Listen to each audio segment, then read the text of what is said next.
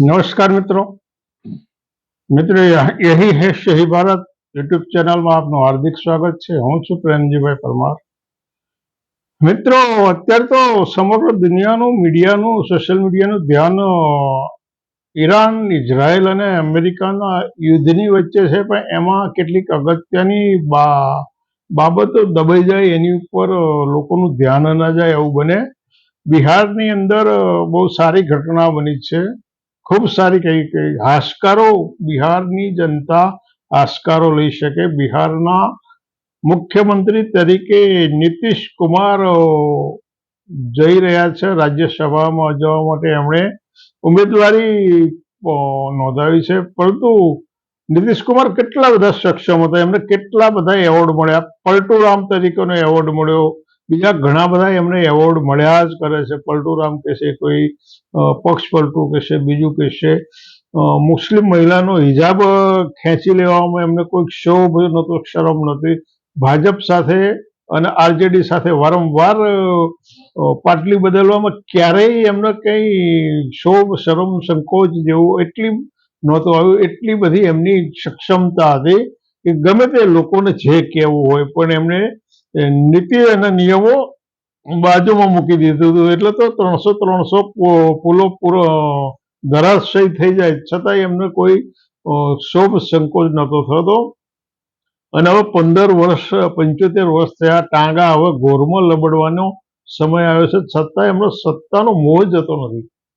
સત્તાનો મુખ્યમંત્રી પદ છોડીને વળી પાછા રાજ્યસભામાં જવું છે, અને ત્યાં પણ વળી પાછું કદાચ એવું સેટિંગ કર્યું હોય કે એમને નાયબ વડાપ્રધાન અથવા તો કેબિનેટમાં કંઈક બેસાડવામાં આવે, અથવા એથી કંઈક મોટું ગાજર પણ આપવામાં આવ્યું હોય। રાજકારણમાં કશું પણ અશક્ય નથી, પરંતુ નીતિશ કુમારે જે કાંઈ કર્યું એ પોતાની અંગત સત્તા લાલસા માટે કર્યું છે। એમણે પોતાની સત્તા લાલસા માટે કર્યું અને બિહારની જનતાને એમણે 100 વર્ષ સુધી પાછળ ખેંચી દીધી। ભલે લોકો ગમે તે કહેતા હોય, કારણ કે જે કહેવાવાળા બોલવાવાળા છે મીડિયા છે, મીડિયા કોનું છે?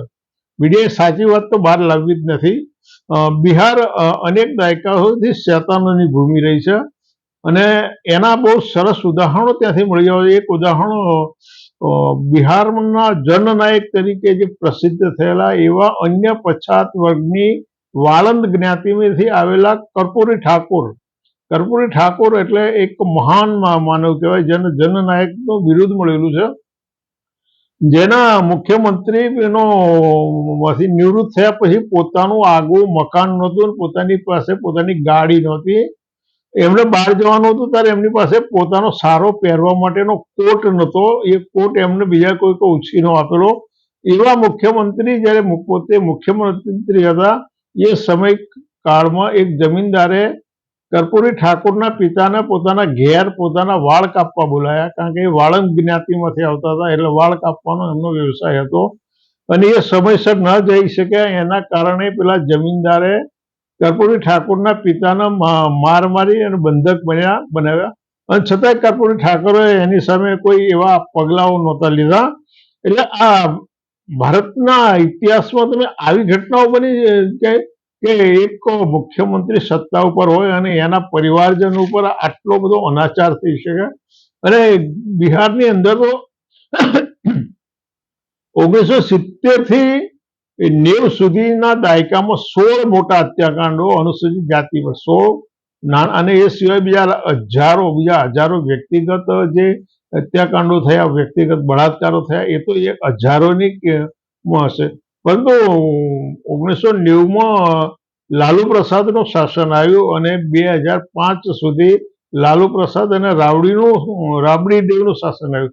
તો આ જે સમયગાળો હતો 1990 થી 2005 સુધીનો, એને જંગલ રાજ કહેવામાં આવ્યું। શું કહેવામાં આવ્યું? જંગલ રાજ। જંગલ રાજની ઉપમા કોણે આપી? લાલુ પ્રસાદનું શાસન આવ્યું એ પહેલા બિહારની અંદર 1970 થી 1990 સુધી મોટા હત્યાકાંડો 16 નોંધાયા છે।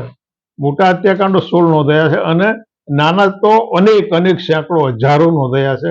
તો એ સમયગાળાને જંગલ રાજ ના કહેવામાં આવ્યું, પણ માત્ર અને માત્ર 1990 થી 2005 સુધી લાલુ પ્રસાદ યાદવ અને રબડી દેવીનું જે શાસન હતું ને, એને જંગલ રાજ કહેવામાં આવ્યું। કોણે કહ્યું જંગલ રાજ? મીડિયાએ કીધું. મીડિયામાં કોણ છે કે જે લોકો બોલકા વર્ગના છે, જેમાં શેડ્યુલ કાસ્ટ, શેડ્યુલ ટ્રાઇબ અને ઓબીસી નું બિલકુલ પ્રતિનિધિત્વ નથી, નગણ્ય પ્રતિનિધિત્વ છે. આવા લોકોએ આને જંગલ રાજ કીધું. કેમ?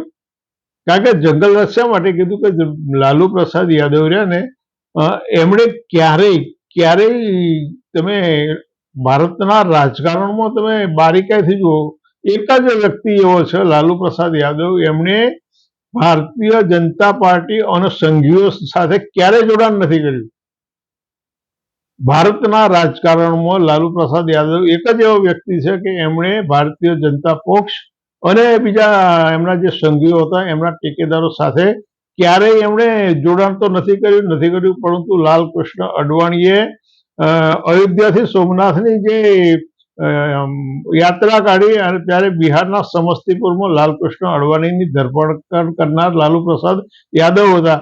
એટલે લાલુ જે એવું વ્યક્તિત્વ છે કે એમણે ક્યારેય આ મનુવાદી પરંપરાના લોકો સાથે સમર્થન કર્યું નથી. અને આરજેડીની આમે રાજનીતિ તો ધર્મનિરપેક્ષ અને સામાજિક ન્યાયની રાજનીતિ છે. કેવી? ધર્મનિરપેક્ષ અને સામાજિક ન્યાયની રાજનીતિ છે. અને આ છે ને ભારતીય જનતા પક્ષની 100% વિરોધની છે. એટલે ભારતીય જનતા પક્ષના આવા લોકો ના પસંદ આવે. એટલે એમણે નીતિશ કુમાર નામના એક મહાશયને તૈયાર કરી અને કાયમ નીતિશની મનમાની ચલાવી દીધી. નીતિશને ક્યારેક નીતિશના પક્ષના ધારાસભ્યો ઓછા હોય, ભાજપના વધારે હોવા છતાંય નીતિશને મુખ્યમંત્રી કાયમ માટે બનાવ્યા. નીતિશની મનમાની શા માટે ચલાવી કે એમણે લાલુ પ્રસાદ યાદવ અને એના પરિવારજનોને સત્તાથી દૂર રાખવા હતા. શું હતું? લાલુ પ્રસાદ યાદવ અને એના પરિવારજનોને સત્તાથી દૂર રાખવા હતા. એટલે હંમેશા આ લાલુ પ્રસાદ અને એનો પરિવાર અથવા તો એમનો પક્ષ સત્તામાં ના આવી શકે એના માટે જે કંઈ બાંધછોડ કરવી પડે ભારતીય જનતા પક્ષે એક કરવી પડે અને એક કરી છે. અને નીતિશ માટે આમ પણ એવું કહેવામાં આવે છે કે ભાઈ એમ બધાને કોઈને ચાવવાના જુદાના બતાવવાના જુદા, પણ નીતિશ કુમારના એમ કે પેટમાં દાંત હોય છે આવું સામાન્ય રીતે કહેવામાં આવે છે. અને આમ પણ નીતિશ કુમાર દલિતોના તો હળાહળ વિરોધી હતા.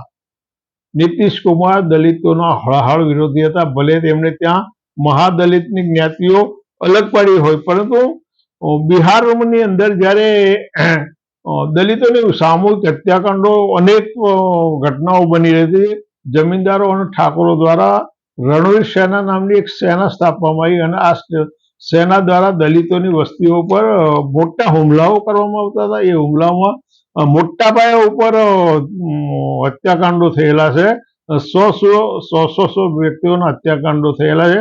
એટલે આવા છાસવારે જે હત્યાકાંડો થતા હતા એટલે લાલુ પ્રસાદ યાદવે એમના શાસનકાળમાં 1997ની અંદર અમીરદાસ તપાસ પંચની નિમણૂક લાલુ પ્રસાદ યાદવે કરી.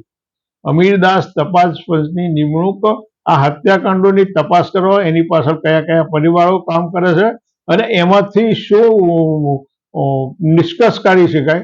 કારણ કે 1971 થી 2004 સુધીમાં આવા હત્યાકાંડોની 61 ઘટનાઓ પ્રકાશમાં આવી હતી. 1971 થી 2004 સુધીમાં આવા હત્યાકાંડની 61 ઘટનાઓ પ્રકાશમાં આવી હતી અને ના પ્રકાશમાં આવેલી ઘટનાઓ તો સેંકડો હતી. એટલે આવી બધી ઘટનાઓની તપાસ કરવા માટે અમીરદાસ પંચ નિમવામાં આવ્યું.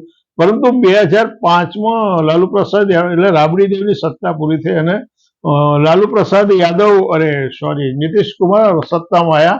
એટલે 2006માં આ વ્યક્તિ સત્તામાં આવ્યો અને એ સાથે જ એમણે 30/4/2006ના રોજ એમણે અમીરદાસ પંચને વિખેરી નાખ્યું. શા માટે 30/4/2005? કારણ કે લાલુ પ્રસાદ યાદવને જે ટેકો આપનારા હતા એની અંદર 35થી વધારે ધારાસભ્યો એવા હતા કે એ સીધા રણવીર સેના સાથે જોડાયેલા હતા. આ બહુ નોંધ કરવા જેવી વસ્તુ છે.